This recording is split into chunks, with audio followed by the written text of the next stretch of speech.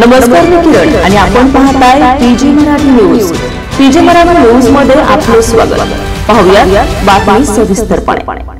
पंतप्रधान सूर्यघर मोफत वीज योजनेला मुंबईच्या भांडूप परिमंडळामध्ये चांगला प्रतिसाद मिळालेला आहे।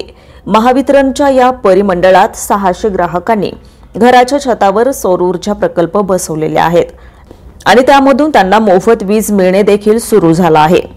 यामध्ये ठाणे शहरातील 53 तर वाशीमध्ये 150, पेनमध्ये 397 आणि एकूण 600 इतक्या ग्राहकांनी सौर वीज मिळवण्यास सुरुवात केलेली आहे।